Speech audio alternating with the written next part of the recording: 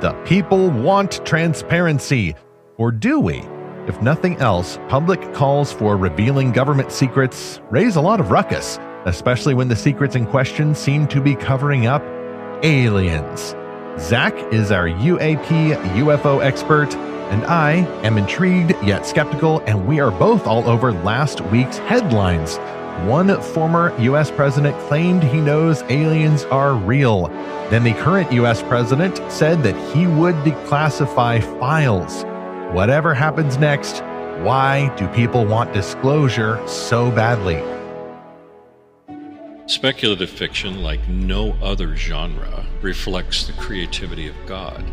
If you look at the scriptures, you're going to have to see that God uses imagination more than rational discourse. We are supposed to be image bearers for a vastly creative God. Reading fantastical fiction opened a portal in my imagination for a place other than just a materialistic world. I experienced the gospel story with the mind of someone who loved adventure and loved the idea of light conquering darkness. We're wired for stories that reflect how we see the world in ways that are true. The story is either pointing to Christ or it's pointing to our need for Christ. Greetings, Earthlings. This is Fantastical Truth, the podcast from Lorehaven.com, whose mission is to help us all escape bad books and find the best Christian-made fantasy and sci-fi for the glory of Christ. I'm me, Stephen Burnett. Stephen, I publish Lorehaven. I'm also the author of a science fiction novel that doesn't have any aliens that I know of, launched last year from Enclave Publishing, called Above the Circle of Earth, recently announced for 2 sequels coming in the next year or so. And I'm Zackary Russell, and I have just beamed in from Zeta Reticuli. And this is episode 301. Why do alien disclosure stories captivate our culture? Yep, we are back to that Armies of the Aliens series that we do once, maybe twice a year on this podcast, which is now over 5 years old. And Zach, we've had 10 episodes in this series so far. Really? Already 10? That means that today's topic marks the 11th such topic. We're turning it up to 11. Oh, yeah. Absolutely. And yet also turning the focus not so much on the aliens, but on my favorite subject, human beings, and why we like these alien stories so much. And I, too, saw the trailer for Steven Spielberg's movie that's coming up this June called Disclosure Day, which looks really interesting. And I'm also all over the adaptation of Andy Weir's novel Project Hail Mary, which is coming out next month. More of a epic, whimsical space journey take with a very cute alien who was kind of a spoiler in the book, but they put it right there in the trailer. And as a result, everyone can't wait to see Grace and Rocky save the stars. We like cute little aliens who befriend humanity, even if they're a little weird. But it's government bureaucrats and offices covering up secrets that make us probably even more suspicious sometimes than them aliens we would like to see. Yes, I would love to just talk for a whole episode when it comes out about Project Hail Mary, because it's like a buddy comedy story. It's thrilling, it's funny, it's very gripping, it's very interesting science-wise. You learn a lot of things. It's much more positive than what the Spielberg movie looks like, which... from the trailer, it almost looks like a demon possession story. You've got Emily Blunt saying these weird clicking sounds live on air, and everyone's like, what is happening to her? Oh, yeah, that's Frank Peretti stuff right now. Let's call Pastor Hank. He needs to do something about that. Yes. But that story is a little similar to what we are going to be talking about in this episode, because we're going to be talking about the dark possibilities of what alien disclosure could mean.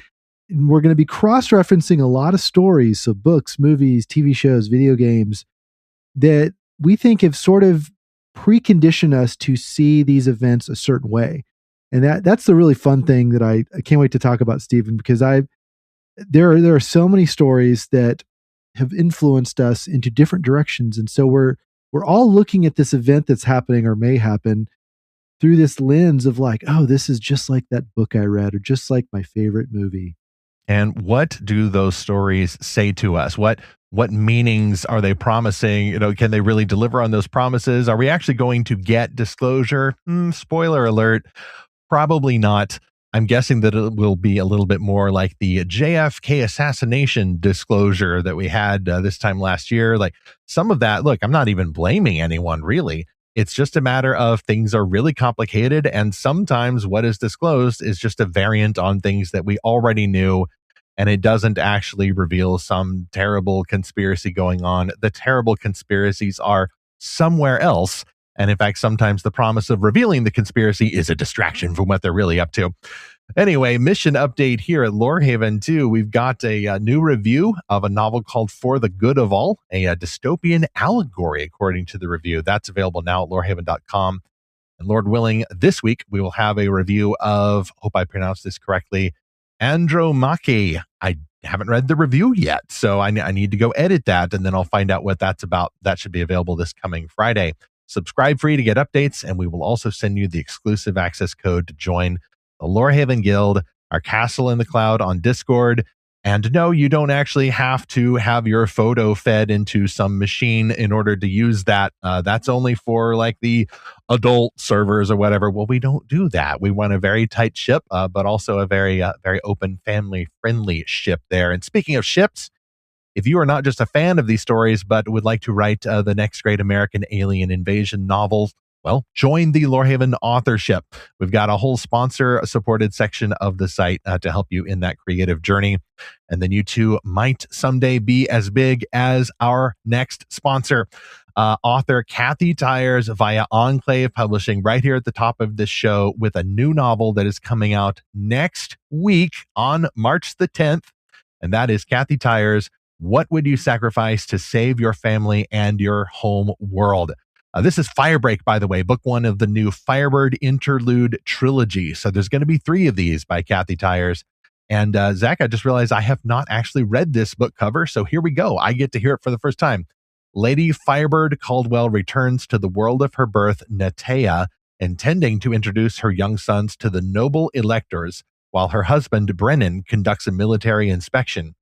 When mysterious ships in distress suddenly approach the planet, the electorate sends her to initiate first contact. Hey, it's an alien story, sort of, maybe. Forced to work alongside a vengeful childhood enemy, Firebird uses everything within her power, even her passion for music, to negotiate, only to discover their alien technology threatens all the worlds she holds dear. Facing ruthless betrayal, Firebird undertakes a deadly journey to salvage the mission. Brennan must make daring use of his telepathic powers to save human life in the galactic whirl, including that of their young sons. But saving the worlds might force Brennan to give the order that would mean Firebird's death.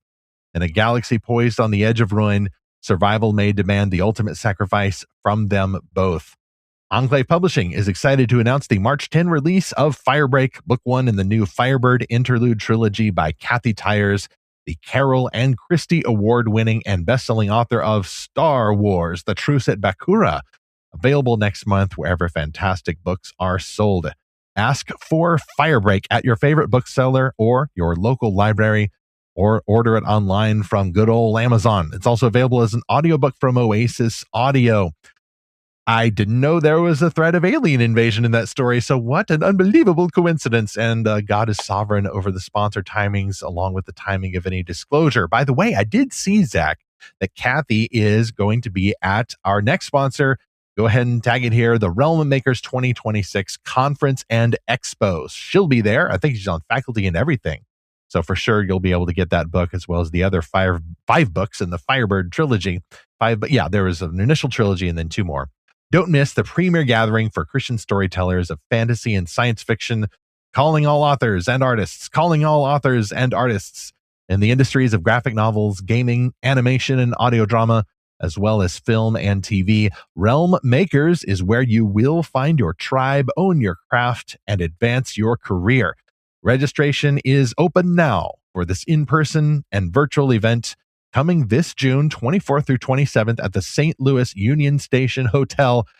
We've previously had more like 2.3 days of training from professionals. Now it's 3 full days of training from professionals, plus the epic Realm Awards costume banquet to celebrate the best novels released last year.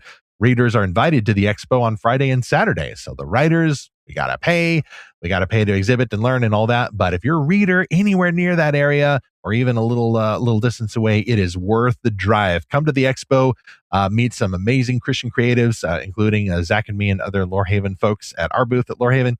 Shopping is free for the general public, and tickets are required, though, to attend the sessions and panels, as well as meet and greets with special guests. More info at realmmakers.com, and you will also find that link and others in the show notes for this episode 301, and go to lorehaven.com/podcast to see that.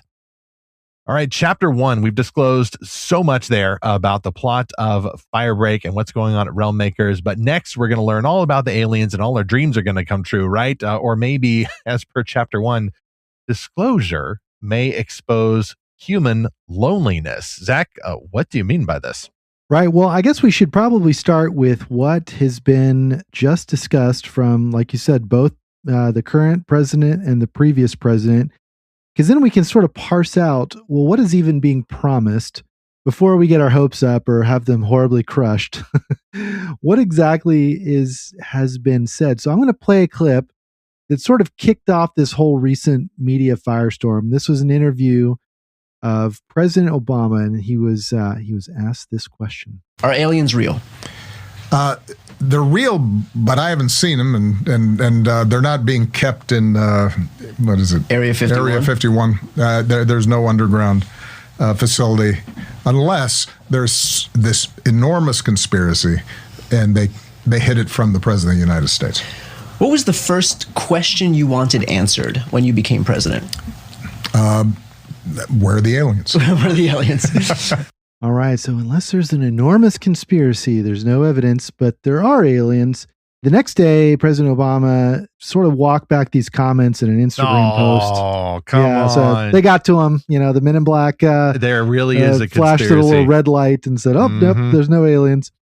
And so he said, I just think it's possible that there's a lot of aliens. So no, he answered very determinedly there. Come on. Look, I know even when you're out of office, you've got to be sensitive to things, or maybe you're just a politician and you double back on flip-flop and all of that. But no, I liked his first answer there, Zach. I just got to comment. President Obama, whatever you may see about him, he does have a sense of humor that comes out sometimes in scenarios like that. The only person I criticize in that exchange is the journalist, who completely should have gone in and then suddenly made the entire interview about that. Where's your follow-up questions there, buddy? President Barack Obama knows enough to rule out Area 51 cover-ups, but he said most determinedly, yes, aliens are real. I just haven't seen any.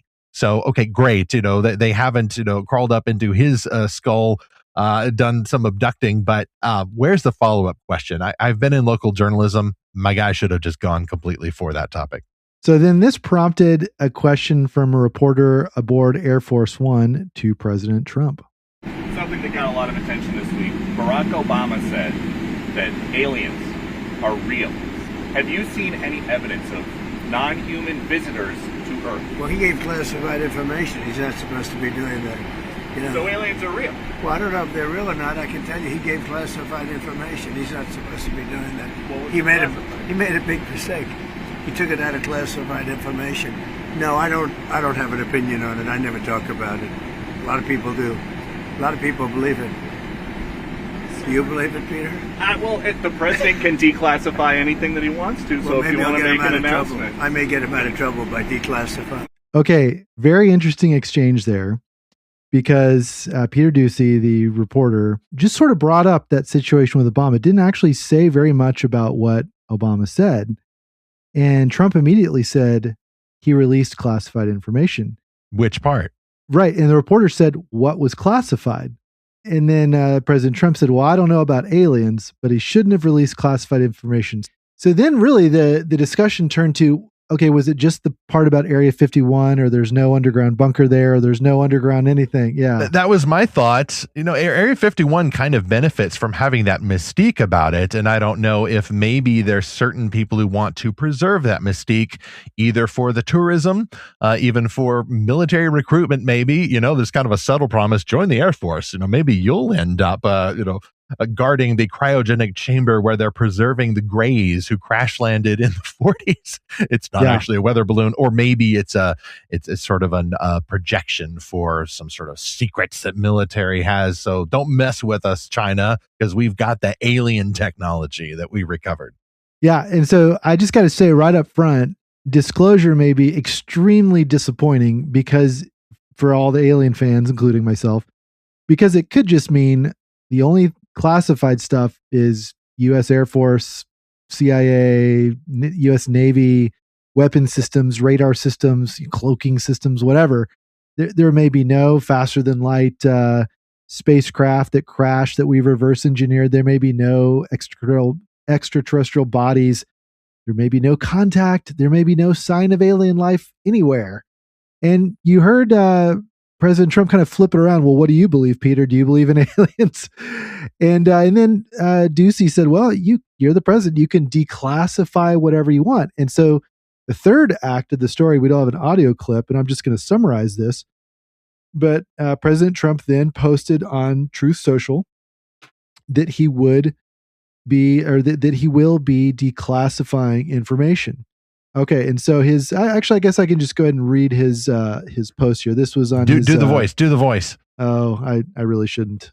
But what he posted was, quote, based on the tremendous interest shown, I will be directing the Secretary of War and other relevant departments and agencies to begin the process of identifying and releasing government files related to alien and extraterrestrial life, unidentified aerial phenomena, UAP, and unidentified flying objects, UFOs, and any and all other information connected to these highly complex but extremely interesting and important matters. And he ended with God bless America. Okay, so that does seem more comprehensive than it's just Area 51 secrets, whatever those are, that you can't talk about, even if you're a former president, because it's still classified. He's giving the full court press here: UAP, UFO, alien, extraterrestrial, any and all other information, highly complex and also interesting. He's a TV guy. He understands ratings. He understands this gets the ratings just like we do on this podcast, which is why this is episode 11 of this miniseries. It's not like, Zach, you were very personally interested in this. We're just doing it for the fans. Right, exactly. No, we're both very interested, though. Yeah, so, okay, but let's kind of break this down a little bit. He first mentions the Department of War, the Pentagon, and that was kind of an interesting thing, because that is where, we've already seen since 2017, we've seen the gun camera recordings from the F-18s from the Navy record these weird objects, the Tic Tac, these orbs, and apparently some other things recently that have come out, something that looks like a squid that's flying, something that looks like they call it the witch that crossed the border. So, and I think that was DHS. There's a lot of weird things that have been recorded by military hardware. And so, first of all, that's all that Trump really has a directive over. He can't tell the private military contractors to release things. He can't tell, universities or private citizens or whoever to release things. It's only really what the military has, but he does say other departments and agencies. And so this got a lot of people talking. Well, maybe that's going to be the CIA or the DIA or the DHS. The one really big black box in all this apparently is the Department of Energy, because going all the way back to the Roswell times, there was and I forget the year and the exact name, but there was the Nuclear Secrets Law that essentially whatever goes into the DOE stays in the DOE. So anything related to nuclear power or weapons can basically never be declassified. And so a lot of people have wondered, well, if there's alien secrets and you don't want people to find them, that's where you'd put them. Or alternatively, you'd put them in whatever they call these, the special access programs, or these sort of private public partnerships with, Lockheed or Raytheon or whoever. So all that to say, we could be really disappointed at the end of this, because there could be a ton of places for all these secrets to be squirreled away. And the thing is, and I've always said this with this topic from the very beginning, this is sort of a unfalsifiable conspiracy theory, because you could say, well, the reason they haven't revealed the secrets is because they're kept in the secret vault that no one's allowed to see. Right? So there's kind of this circular logic at some point that you have to admit with this whole topic. Now, yes, there have been leaks and rumors of leaks. So there does seem to be a cover up. There does seem to be more going on under the surface. But again, what this could all turn out to be is just human technology. Kind of boring. It is, I think, to the U.S. military's advantage to allow the alien legends and secret technologies rumors and all of that to continue, and even to egg on the military personnel who are taking it seriously, and much more so to enable these myths in the popular culture. If for no other reason than the one thing, Zach, we do absolutely know beyond shadow of doubt here is that the US military and other people's militaries experiment with technologies. And you don't want those rumors getting out there being tied specifically to US government agencies. They may even put on a pretense of trying to cover it up. And maybe they do want to cover it up because if they really do have some sort of 0-point energy and, an aircraft without visible means of propulsion that may not even be manned, and therefore it can get away with some really hard brake turns or sudden accelerations or whatever. I think it is to the military's advantage to allow these myths to spread that, well, we don't know what it is.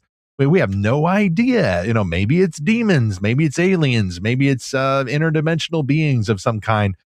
And if nothing else, you get sort of a fog of pre-war effect where you don't know what to think, and you can hide a bunch of stuff, even for maybe even reputable reasons, in the mess of these government agencies and cover-ups and paperwork and classifications and file cabinets and all of that.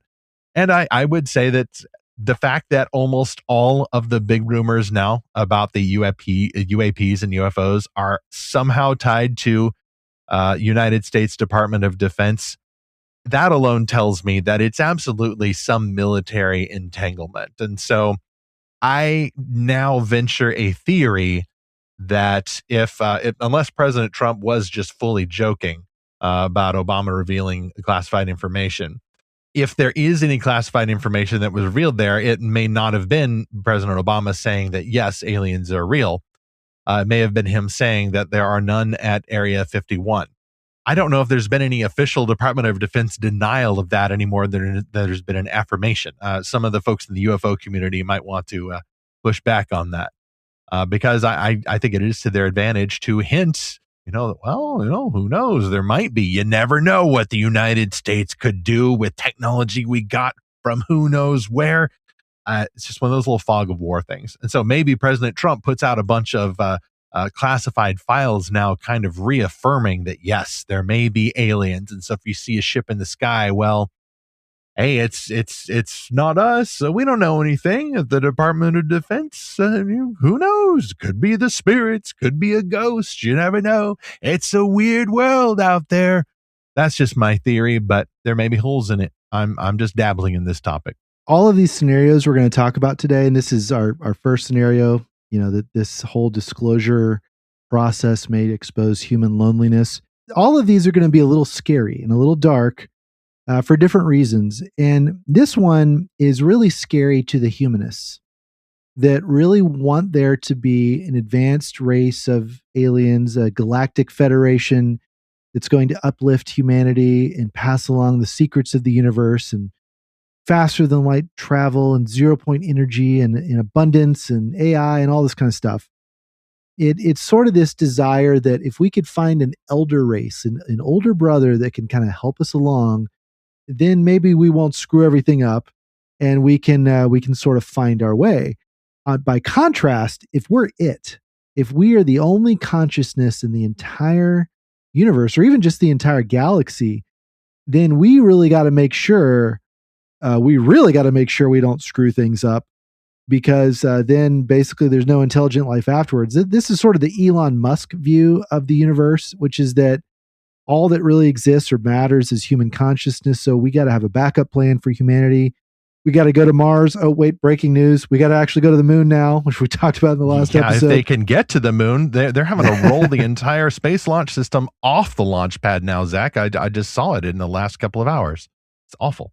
Right. That's a depressing scenario for a lot of people, but for others, it's motivating. It's like, okay, well, then let's figure all this out. Let's figure out how to make humanity multiplanetary or interstellar. And speaking of interstellar, that's one of the movies that's really inspired or been inspired by this view. This idea that there's no aliens. There might be future humans that time travel.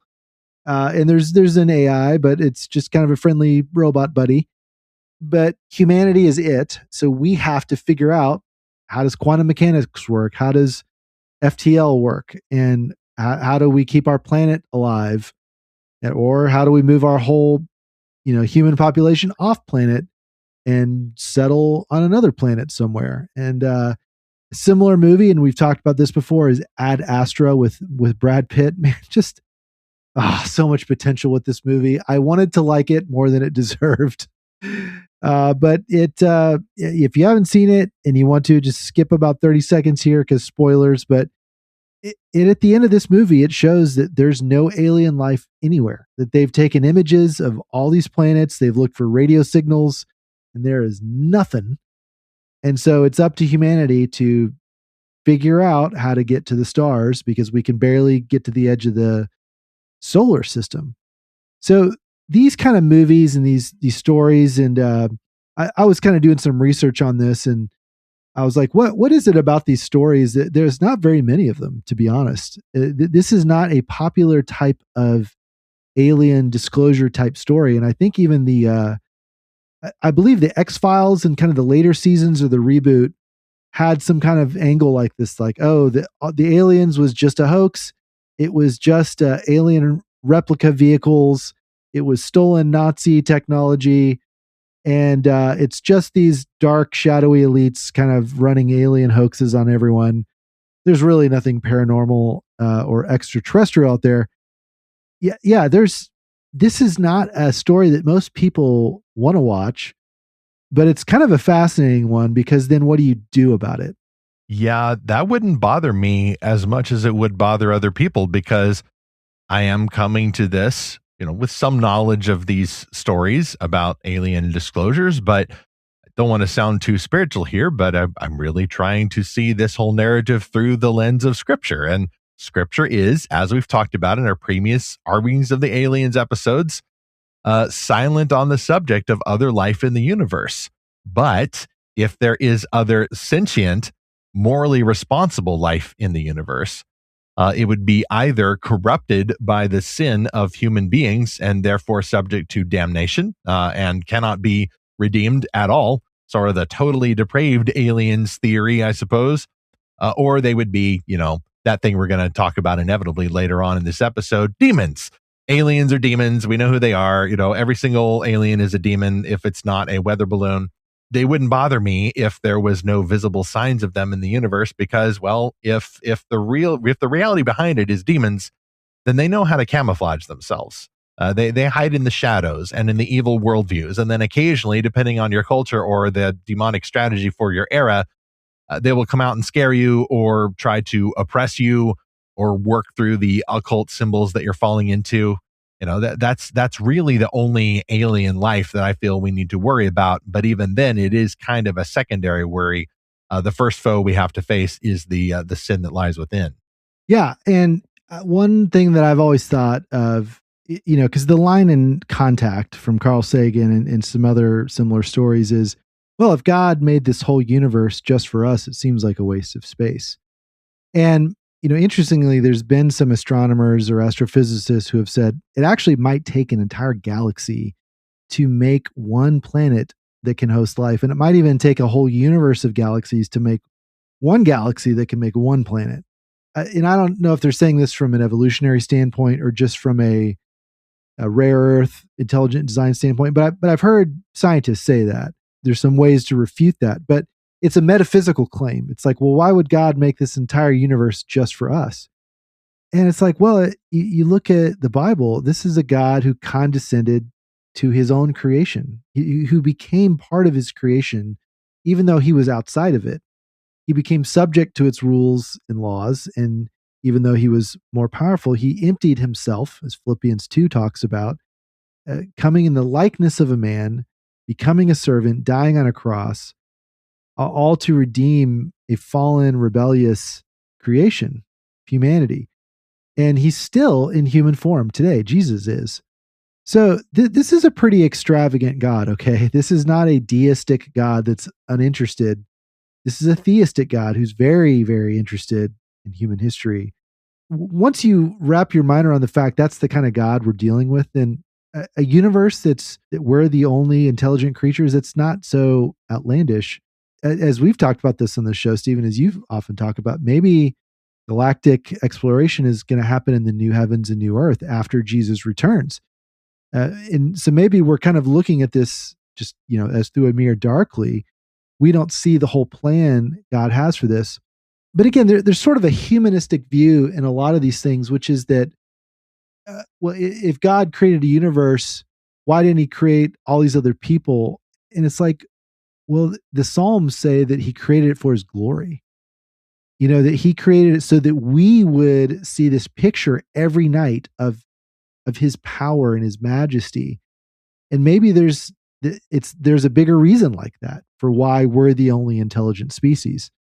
So it is a scary scenario, I think, for the atheist or agnostic or materialist, because then it really brings in this idea of like, how do we have eternal life if there's no one else?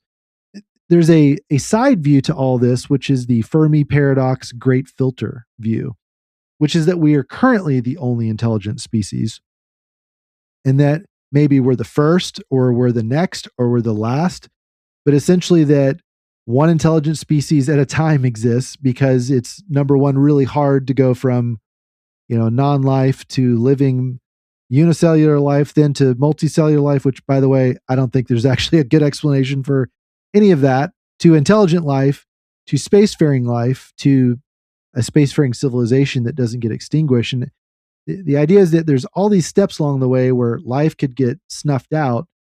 And if we're the only ones, it's because it took all this time and stuff to make it happen. And maybe the next intelligent species won't arrive for billions of years, or maybe there was one 1 billion years ago and it got extinguished.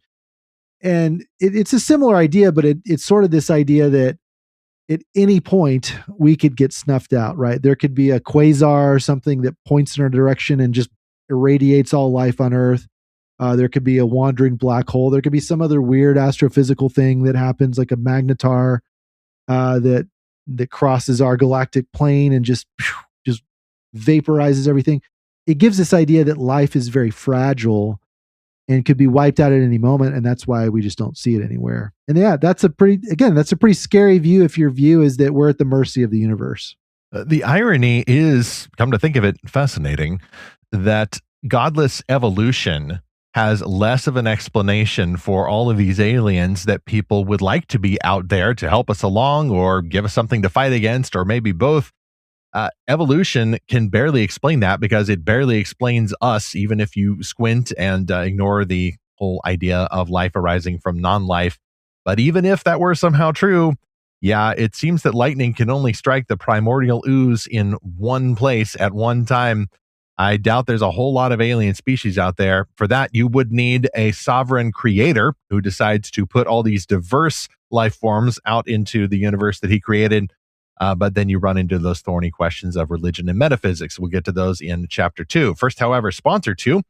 Without even talking about the battles in space, things can get a little hairy down here on Earth, as it does for author J.A. Webb and his forthcoming novel Interregnum. It's the year 2158, and the world did not end. It was enslaved. Now comes the third installment in J.A. Webb's Seekers series titled Interregnum, and the war in heaven, the battle in unseen places, just got real. The Seekers are humanity's last hope. Hunted by the eye of the Eternal, the Order's merciless secret police, these brave rebels have risked everything to find the lost words of Creator God, banned for generations and lost to living memory. Now what began as a quest for truth has evolved into a desperate struggle for survival as, trapped and cornered, the Seekers must overcome not just their pursuers, but also their own doubts and fears as their own faith and even their sanity begins to unravel. Their beleaguered company threatens to fracture beneath the pressure of constant pursuit and uncertain reward as they ask, is this quest worth the sacrifice of their lives? Watch for that book, Interregnum, an epic dystopian thriller of deception, faith, and the fight for truth, coming soon and available for pre-order today. And we've got that Amazon link in our show notes here. And also you can go to jawebauthor.com. That is J-A, the initials, web with 2 B's, author.com. Chapter 2, disclosures could upset our metaphysics. What do you mean there, Zach? So this is the idea that aliens are not extraterrestrials, but some kind of interdimensional being.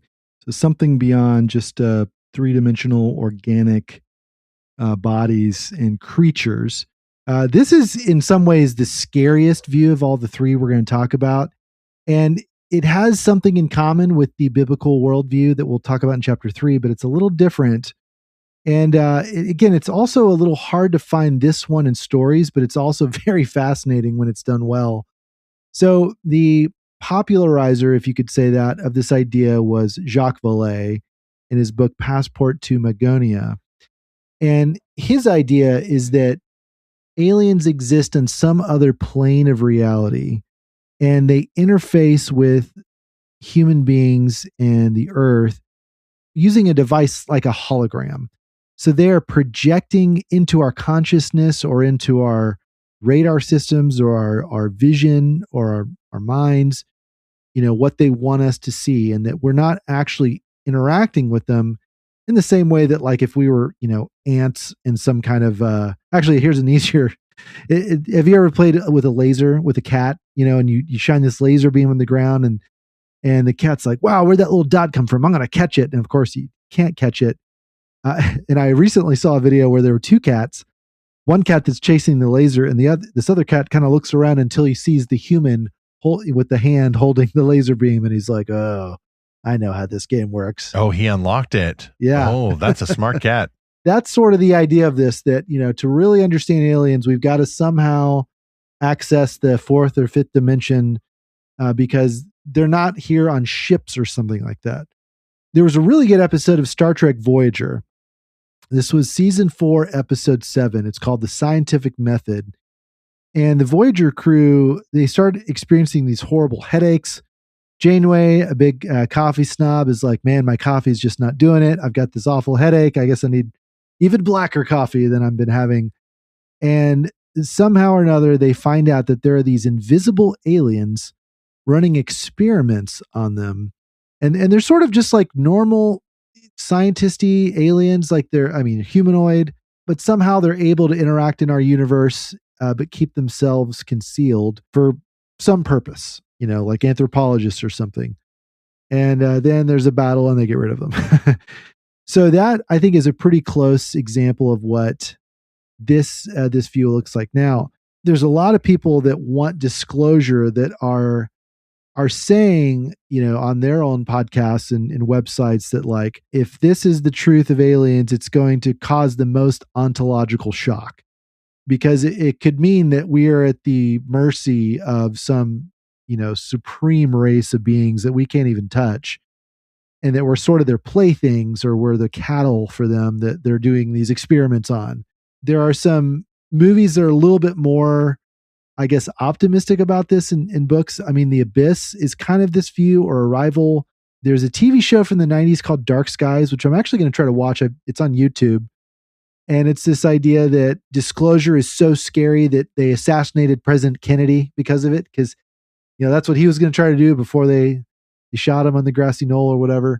There's also this Fermi paradox possibility called the super predator theory, which is that anytime there's intelligent life that pops up, there's some, fifth dimensional alien that can just take them out and wipe them out. That's also the dark forest theory in the 3-body problem series. So it's a little scary, because what do you do about this? What do you do with an alien? It's like fighting fog. Now, apparently the new TV show from Apple, Pluribus, is kind of about this, where the aliens arrive as some kind of mind virus. And that's kind of, I may have to watch this the more I learn about this. There is a video game called The Bureau XCOM Declassified, BioShock Infinite, apparently have this kind of thing. And there's a movie, Solaris. I think I saw the reboot of this, but not the original, where there's this sentience on this planet, but it's not like a little green man. It's like a giant ocean or something that's conscious. So interdimensional, extra-dimensional, ultra-terrestrial, whatever you want to call it, it's essentially like gods. that are controlling humanity and Earth. And apparently there's people in the Pentagon or in the CIA who believe this, and they really don't want this theory to get out, according to these, other alien podcasts, because they say that, oh, this will wreck humanity. And there's others that say this will make all religions seem ridiculous, that in fact this will make religions look evil, because religions were all created by this evil race of extra dimensional beings. There was a friend that I was interacting about this question with on X, and I just said, well, I definitely believe that sinister interdimensional beings directed many religious texts. And I definitely believe the Bible was given by an interdimensional being. I just think he's the one being that's supreme to all the others and good. Yeah, all of this is religious. I mean, I'm not sure what that definition there of that term is, metaphysics, as compared with religion, but those kinds of like super beliefs. I mean, what you just described there, Zach, of, oh, this will upend every religion, and like it was aliens all along, like that is science fiction. That is absolutely the territory of science fiction. And Jesus was an alien, and your religious group was an alien, and Moses went to the top of the mountain and actually talked with some people in a UFO, and all of that is just kind of the modernish science fiction, scientific fiction, pulp science fiction retcon of these ancient traditions, even before you start talking about the true one, biblical Christianity, having its roots in human history. Because yes, there is a creator God above all, and yes, he is an above all dimensions being. He has made the dimensions. He's made all things seen and unseen that can be created. He created them, and so I really don't see how whatever disclosure would wreck all the religions for everyone else, because it is not an explanation for all of them. It's just yet another one that seeks to explain all the others, because every religion, at least the people who get paid in that religion to think about the other religions, they gotta have an explanation for the other ones. The Muslims had to have an explanation for Judaism and Christianity, which predated them. Judaism by millennia and Christianity for centuries. And Christians now have an explanation for what Islam is and where that came from. And it's just part of the gig. Even if you're thinking of it from a neutral perspective, you've got to explain all the other religions. I think the only religion that disclosure about extra dimensional beings or whatever would upend would be purely materialistic atheism, where there are no gods, there are no spirits. Like, okay, now those guys have a lot more to think about. And now those guys are going to lose some sleep, because now, as if from within their own group, comes this notion that there may be something to all of those spiritual visitations and miracles being worked of yore. Those guys now have to deal with it. Christians and Jews and Muslims and all those other people, they actually have a pretty fair go of explaining these things. The last thing I want to say about this theory is that, as we've said, there's a lot of connections to religion, and Diana Pasulka in her book American Cosmic, I think, is covered this quite a bit. I haven't read that book. I've just been talking to a lot of people who have. And one of the things that's come out of this angle on disclosure is that this type of disclosure will either cause a lot of new religions, and it's already causing people to kind of create their own little quasi religions, because to them the aliens are saviors, but it's also causing this sort of backlash against disclosure itself, or the alien industrial complex, as it were. There are a lot of people who warn. Stephen Greenstreet of the New York Post, former Arrow director Sean Kirkpatrick, they've come out and said, actually, it's the alien fanatics who are creating their own religion about aliens that doesn't exist, because aliens don't exist. They're in category one of there's no aliens. And to them, the horrifying thing is that our government, or at least part of our government, is run by people who think aliens are going to save us all or maybe destroy us all. But either way, they're obsessed with something that doesn't exist. And so, again, it's very much a religious battle when you start thinking about disclosure, when you start thinking about interdimensional beings as something that could affect humanity in a very deep way. You definitely get some of the kookier stuff, some of the more paranormal stuff, And that's what really makes me wonder about why is all that connected to this topic. And that's what we'll get into in the next chapter. Well, speaking of humanists who want to run the government, that's the subject of our next sponsor, Above the Circle of Earth, authored by myself, launched last year from Enclave Publishing in all systems, audiobook, hardcover, and digital. And now, of course, as we mentioned last week, we're getting 2 sequels coming out over the next couple of years or so. So I'm hard at work on those now. And those one world government humanists, they are basically the villains of the piece, because as much advantage as they may bring to those fields of space exploration and human achievement and all that, in my world, the main side effect there is that those of different religious faiths are relegated to districts called preserves until Brock and Alicia Rivers, who grew up in a biblical Christian preserve, decide that they've had about enough of that. They would like to do some missionary work in the secular world. And unfortunately, they make a rather drastic mistake that gets them exiled to Mars, until now that they've had their young family and fought to survive for 7 years, they are invited back to their homeworld on Earth to start the first space mission, not to aliens in the solar system, but to all these human beings who have been basically separated from the rest of the human family. And now we're going to try to get them back together and have our good, honest discussions about what we actually believe like we used to do. But of course, lots of people don't want that to happen, including not just the secular cause that's ruling the solar system, but even people from the biblical Christian communities. That leads to some pretty cool action moments and a lot of character growth and big questions in Above the Circle of Earth, authored by myself, a very human-centered, homeworld-based science fiction story. Now the origin story of the space mission. And you can see that cool cover and get more info in the show notes for this episode 301, or go to estephenburnett.com, sign up for updates. You'll be the first to know when I can share details about the next 2 books in this series. Chapter 3, as we draw to a close, we all know them. Well, hopefully not too well. Demons. Disclosures may promote demons. Zach, this seems to me the worst consequence of all, no matter what is actually hidden in those file cabinets behind lock and key. Yeah. So to explain this type of disclosure scenario, I'm going to invoke my favorite type of scary movie, which is the accidental portal to hell story, which is where scientists, explorers, or whoever stumble upon something that opens a doorway to demons.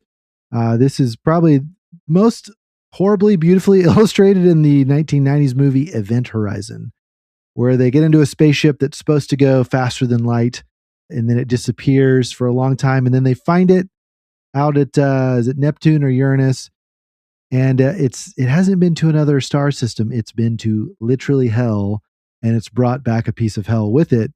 Man, Lawrence Fishburne and Sam Neill and some other great actors in this absolutely terrifying movie. I don't recommend it for most people.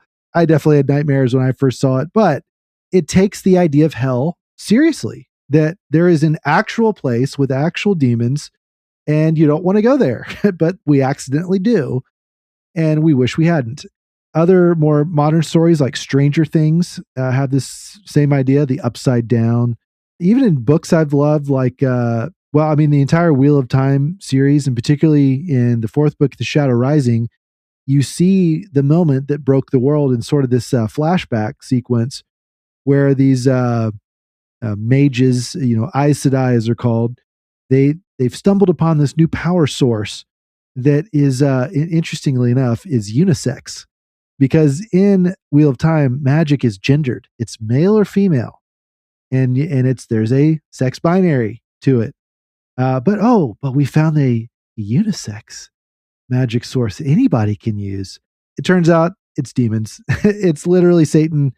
And they punch a hole through it, and they basically open a portal into the Dark One's prison. And then he starts to destroy the world little by little over time.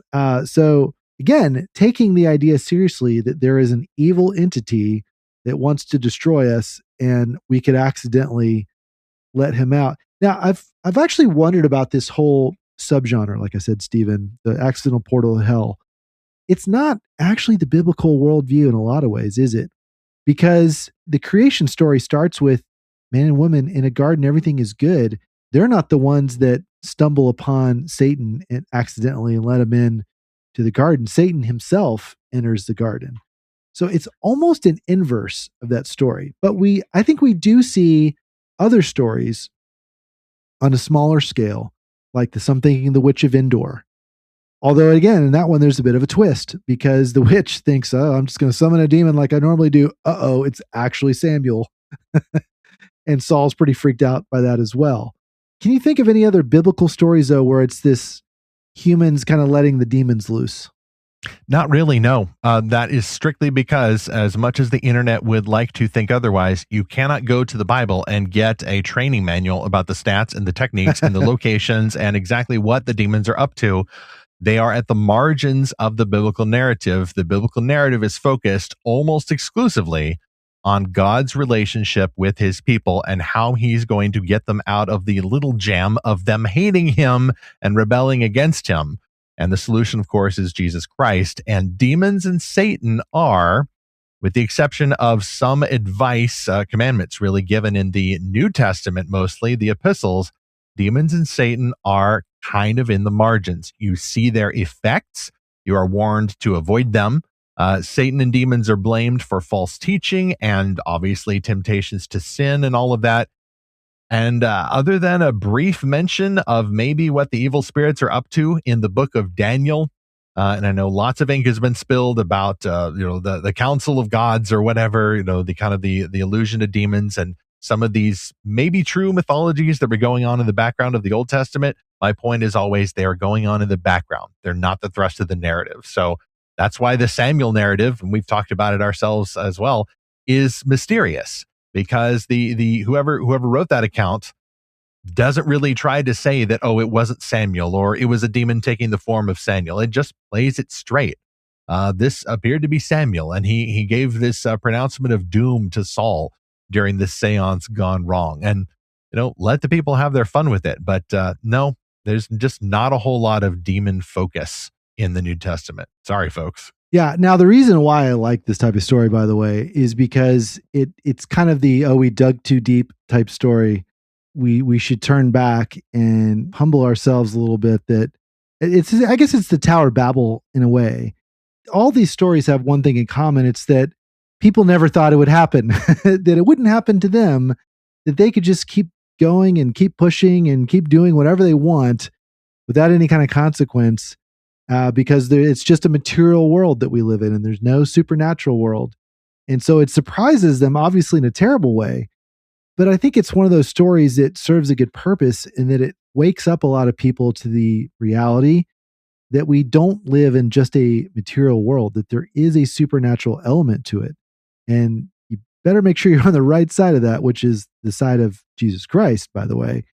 There is a faction apparently within the Pentagon who believes this theory, and according to, I think it's Nick Redfern, they're called the Collins Elite. And they think that all the alien encounters that the military and whoever has had, they're all demons, and we really do not want to give them any more attention than they deserve. And apparently these are evangelicals in the Pentagon who are saying this. And man, wouldn't I love to talk to a 4-star general or whoever who's an evangelical who really believes this and has the radar data to prove it or something. But this is kind of a fascinating aspect to this disclosure scenario, which is that there are apparently people who are completely convinced that aliens are demons in disguise, trying to confuse humanity, trying to lead us astray, that UFO technology is a ruse, that it's a trick, and that there is a very sinister purpose behind all of it. Again, maybe the Tower of Babel type thing. But it also means, and here's kind of the dark underbelly of this scenario, which is already pretty bad. It also means that there are a lot of people in government and in industry and in corporate leaders who are directly under the influence of demons.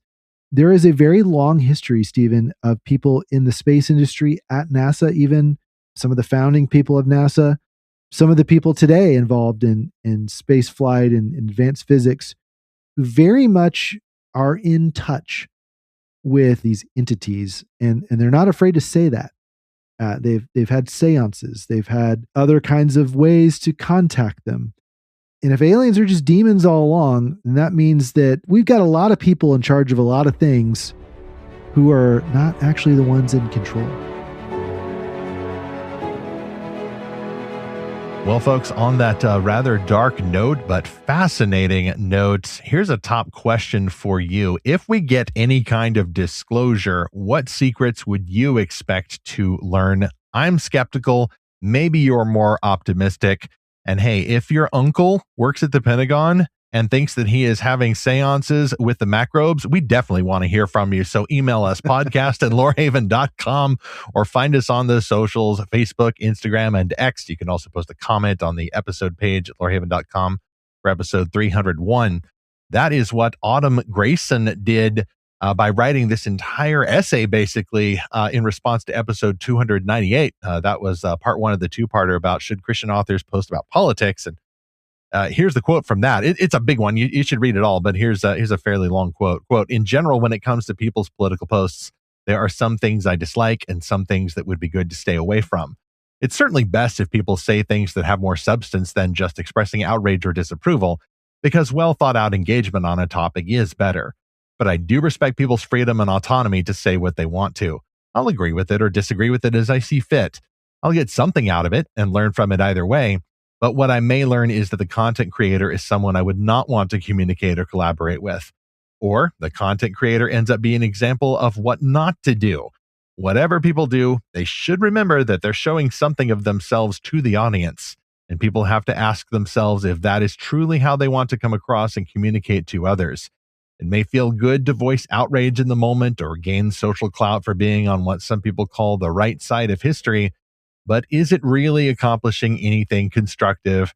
Is this really the kind of person the author wants to be?" End quote. That's a great comment from Autumn, and thank you for sending us that. It's such a good exercise to say, who am I speaking to and how will this benefit them? We sometimes go so far away from the end of telling people what their itching ears want to hear. And I don't know exactly the metaphorical opposite of that, but just telling people things to attack them or to enrage them, or to say things about others that are just, rage bait.